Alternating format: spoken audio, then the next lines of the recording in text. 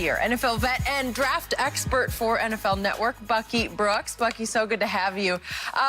Earlier this week, you suggested the Ravens consider moving up in the draft for Justin Fields and letting Lamar kind of graduate when his rookie deal expires. So can you please elaborate on your stance? So Eric DeCosta said something early in the week where he talked about the challenges of fielding a Super Bowl team when you have a quarterback on a big deal. And so the Ravens may pick up Lamar Jackson's fifth-year option, would ensure that he is on the team through 2022. But this would be a great opportunity with 2 first-round picks to maybe get his successor in place if they can't get a deal done. And so the Baltimore Ravens have always been a franchise that have been able to take value picks in the first round, and they parlay those picks in the Pro Bowl. We've seen them do that time and time again.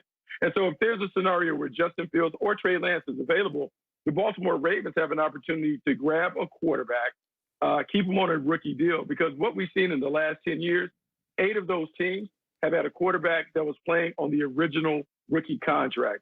Teams will tell you the easiest way to build a Super Bowl contender is to have the quarterback playing on a cost-effective deal, because it allows you to really commit the assets to build up the rest of the team. O-line, playmakers, defense, you do those things. So Lamar Jackson on the 5th-year option, $23 million.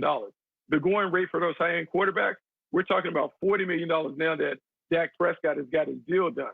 So if there's some kind of contract impasse, the Baltimore Ravens could have a backup plan in place, which would allow them to continue to field a Super Bowl team with a young quarterback in place on a team-friendly deal in a system that has also helped young quarterbacks play at a high level, because we saw with Alex Smith, Colin Kaepernick, and now Lamar Jackson.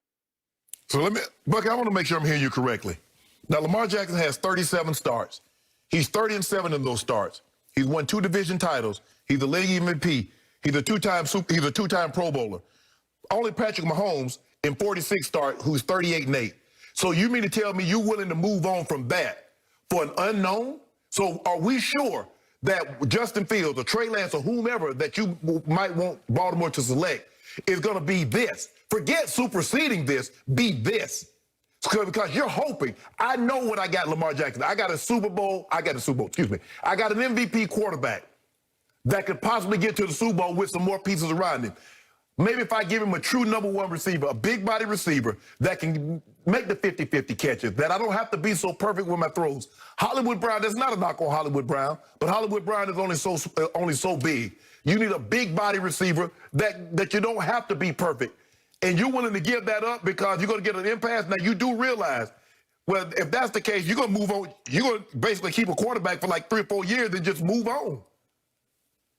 Yeah, that's what we're saying. We're saying it's the collegiate model. And look, Lamar Jackson is a tipping point, but this is really something that is a holistic plan when it comes to quarterback. For instance, I could just as easily make the same case in Cleveland when it comes to Baker Mayfield. Baker Mayfield, if you don't feel like your quarterback is great, then you don't necessarily commit great dollars to him. The price tag is now $40 million for that quarterback. Whoever comes next, that's what the going rate is. That's where the negotiation starts. So if you're a team that doesn't believe that your quarterback is truly a leader great, then you might be better served to take the college model. Let 1 5-star depart, bring in another 5-star, reset the clock, but keep the team in order. This is something that you have to consider, because remember, we saw the Rams sign that big contract to Jared Goff. We saw the Philadelphia Eagles sign a big contract with Carson Wentz. Both of those guys are no longer there, and it cost them a ton of money and a ton of dead cap space. So rather than being iffy and kind of blindly hand out that contract, maybe you say, you know what, we're good, bro. If you don't want to come in at our terms, we'll find another quarterback, because the team is really going to sustain itself with a young quarterback. I think Lamar Jackson is better than all the quarterbacks you just mentioned. Baker Mayfield, Carson Wentz, and Jared Goff. That guy has a unanimous MVP. There have only been a handful of those in NFL history.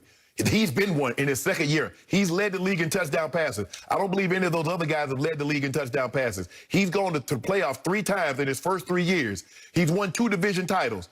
I'm not so sure I'm getting off of that. I believe we can find a common ground, but that's the going rate. The going rate is $40+ million.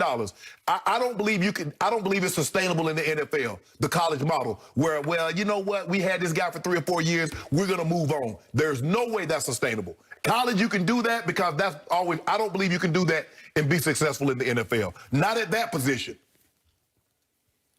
So now let's go back, and let's you lose Lamar Jackson. look, this is going to be misconstrued, but I'm okay with it. Like, look, Lamar Jackson is great. One of his biggest supporters when it comes to his game and the way that he plays. But let's just think about it this way. When John Harbaugh switched the system before Lamar Jackson's second year, he said, look, we're going to be the army of the National Football League. The way that we play is a little more systematic. We run it heavy. When you look at college football, there are more guys that play the game like Trey Lance and even Lamar Jackson in terms of using their legs, being able to be those running, active, mobile quarterbacks than there are those traditional pocket passes. So the pool is plentiful when it comes to finding those dynamic playmakers to play this read option style that they're doing. Now, can I say that they can absolutely replace what Lamar Jackson does? No. However, you still can run this offense. You still can run it because Trey Lance ran for 1,100 yards that 1 year at North Dakota State. Lamar Jackson ran for 1,500 at Louisville. Not saying that they're the same, but saying each and every year when we look at the college game, more teams are putting their best athlete at quarterback. Most of those guys are available. It gives you an opportunity to run the same system and keep interchanging the quarterback position as we've seen in the college game. Okay, my turn. So, Bucky Brooks, I have huge respect for what you do and your vision of who can and cannot play in the National Football League.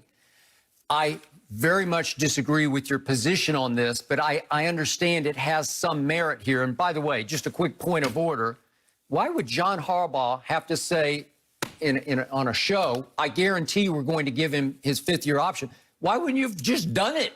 Everybody the knew that was deadline's gonna happen. Monday. Yeah, exactly. I mean, what do you do? Why are you waiting? Is there any... We might be working on a contract extension. Skip. Oh, well, is that what it is? I don't know. Okay, so to Bucky Brooks' point, the man sitting across from me many times on the show has taken issue with Lamar's ability to throw the football at the NFL level. I did not see it coming, so I wasn't high on Lamar ahead of that draft, I'll be the first to say, because I wasn't sure about what you said. And I don't think he's ever going to be a pretty thrower of the football because it never looks quite right to me. But he knocked my socks off.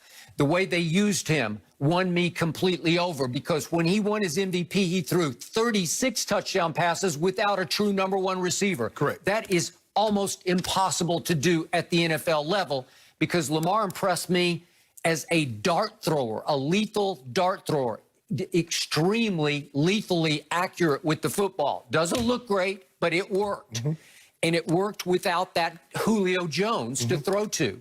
You still have taken issue. You still say he needs to improve whatever you want to say, mechanics or ability. My thing is, I'm not saying he can't throw, Bucky. I just believe he needs to get more consistent at throwing the football. He can throw it. 36 touchdowns, led the league in touchdown passes, says he can throw the football. I just needs him to be more consistent. Third down, there are some throws that he missed that to be a top-level player year in and year out, you can't miss those throws. Look, I agree with you, Lamar. Here's the thing, because we're having two different conversations. One is about compensation and the way you go with team building. Another is about Lamar Jackson. Here's what I'll say about Lamar Jackson. If you go all the way back to watching Lamar Jackson in Louisville, Lamar Jackson is at his best when the ball is inside the numbers. He throws better when it's inside, in breaking routes, post, digs, crossing routes, all of those things that are right inside the numbers. Anything outside the numbers, his completion percentage and his accuracy wanes. To me, that is why the connection that he has with Mark Andrews makes sense. In my mind, if you're the Baltimore Ravens, what would make more sense to me, instead of the little receivers that they have, more big body playmakers that can create space and expand the strike zone. Also, when the Ravens are at their best, multiple tight ends on the field, because then it becomes a game big on big. You put the bigs on the field. Not only does it create a bigger strike zone for Lamar Jackson, but it also allows his athleticism to have even more of an advantage because now he's going against bigger bodies and linebackers as opposed to the quick guys like we saw the Chargers use 2 years ago in the postseason. So if you're all in on Lamar Jackson, then build the team around what he does well. More tight ends, a big veteran receiver, not a young guy.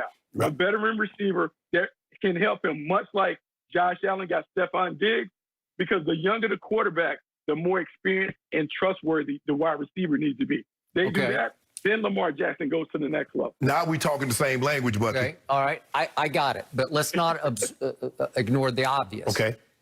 Lamar Jackson, to me, is a touch faster than even Michael Vick was, and Michael admits that. So that ability to run the football is just extraordinary. And it helped make them last year the #1 rushing attack in pro football, which is why the passes waned and the attack to very heavy run oriented. And I thought if they hadn't been COVID racked, I thought they were a Super Bowl team last year. So the point is, Bucky, are you fearful of Lamar's ability to stay healthy as he gets a little older, as he would go into a $40 million, maybe $45 million a year contract for the next 5 years?